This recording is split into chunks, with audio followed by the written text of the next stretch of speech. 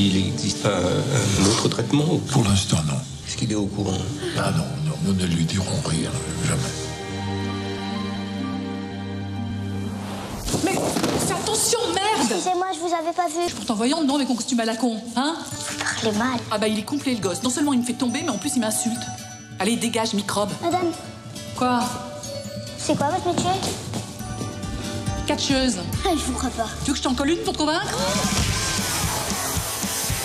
M'encourage pas, hein? J'ai déjà la main qui me démange. Dans cette histoire, Oscar est malade, mais personne ne veut plus parler de sa maladie avec lui parce que tout le monde est catastrophé par ce qui lui arrive. Ses parents l'aiment toujours, mais ne savent plus l'aimer et ne savent plus communiquer avec lui. Et le corps médical, en échec thérapeutique, n'a plus envie de parler de cet enfant ou a honte de parler à cet enfant. Il sait qu'il va mourir et il aimerait bien que ce soit un enfant normal.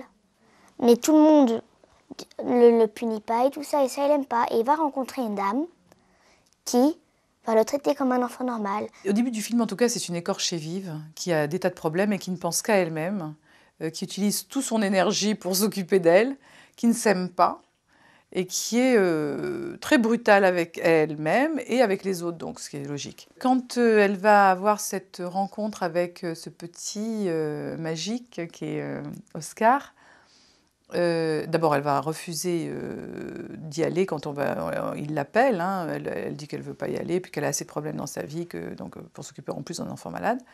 Mais quand elle va être obligée d'y aller, il va y avoir un déclic qui va se passer. À qui veux-tu parler? Je veux voir de la dame Rose.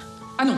Non, non, non, non. Il vous demande. Moi, si je suis ici, c'est pour vous fourguer mes pizzas. On pourrait peut-être s'arranger. Tu vas venir me voir souvent? J'ai passé un accord avec le professeur Dusseldorf, je peux venir te voir tous les jours. Chouette. Et l'amitié qui va naître entre elle et cet enfant va changer la vie des deux personnages. C'est-à-dire que la Dame Rose va changer la vie d'Oscar puisqu'elle va lui proposer un jeu.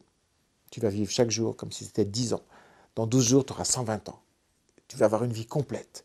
Et finalement, elle double sa vie réelle, qui est assez pauvre, avec une vie imaginaire qui est très riche, avec ce jeu. Elle change donc sa vie. Et lui, il va changer sa vie à elle. Lui, il va l'aider dans sa vie quotidienne, sans s'en rendre compte en fait. Et c'est comme si la vanne s'ouvrait et que tout d'un coup, tout l'amour qu'elle pouvait avoir enfoui, toute la générosité, toute la gentillesse, toute sa créativité, toutes ses inventions, tout arrive. Elle est submergée par ce qu'elle a au fond d'elle et je crois que le petit Oscar a une image d'elle, sait qui elle est, alors qu'elle, elle ne le sait pas. Mais fais attention, merde! Excusez-moi, je vous avais pas vu. Espèce de petit con, tu m'as bousillé un de mes sacs. Je vous avais pas vu. Je suis pourtant voyante, non, avec mon costume à la con, hein? Passe pas inaperçu, bordel de merde! Vous parlez mal. Ah bah il est complet le gosse. Non seulement il me fait tomber, mais en plus il m'insulte. Allez, dégage, microbe. Retourne bouffer ton pouce avant que je te pulvérise. Il y avait la possibilité de s'envoler. C'est-à-dire à la fois un sujet qui a les pieds dans la terre et puis le ciel, quoi. Le sourire, la possibilité de s'envoler. Parce que je crois que plus on traite un sujet grave, plus il faut être léger. Et être léger, c'est pas du tout éviter le sujet, c'est respirer le sujet. J'avais lu le roman, et j'avais été très émue d'ailleurs. Oui, je l'avais lu. C'est pour ça d'ailleurs que j'ai dit oui tout de suite, parce qu'il n'avait pas adapté encore le roman quand on m'a appelée. Le producteur Philippe Godot m'a appelée pour m'annoncer qu'il pensait à moi et j'ai dit je te dis oui, voilà. Donc c'est comme ça que Éric Emmanuel a pu écrire l'adaptation en sachant que j'allais le jouer. Donc ça c'est un grand cadeau. Pourquoi vous parlez si mal? Les formations professionnelles. C'est quoi votre métier? Catcheuse. Ah, je vous crois pas. Tu veux que je t'en colle une pour te convaincre? M'encourage pas, hein? J'ai déjà la main qui me démange. Ça me dépriserait de tenir la porte, vous? Vous êtes pas malade que je sache. Donc vous avez été élevé dans une porcherie ou quoi? Je t'emmerde. Mais moi aussi je t'emmerde, connard! Quand j'ai commencé le film, je me suis dit, mais est-ce que Oscar existe?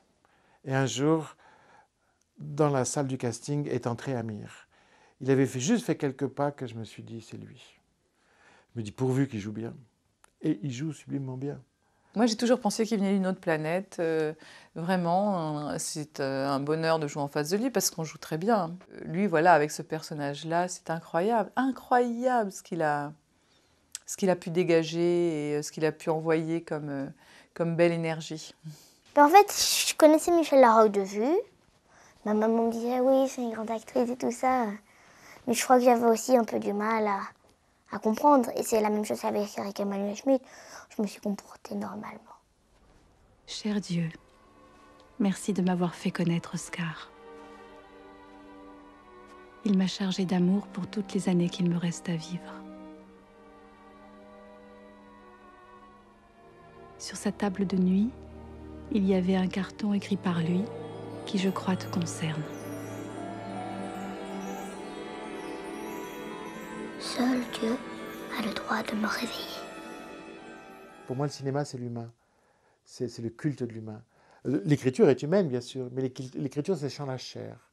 C'est sans le son, c'est sans l'essence. Alors que le cinéma, c'est s'approcher au plus près de l'humain, mais avec l'essence. Je suis un peu fatiguée. Fatigué? Mais quel âge est-il? 18 ans. À 18 ans, on n'est pas fatigué. Est-ce que tu veux que je t'adopte? Je t'aime, tu sais. Cher Dieu, merci de m'avoir fait connaître Oscar. Il m'a chargé d'amour pour toutes les années qu'il me reste à vivre.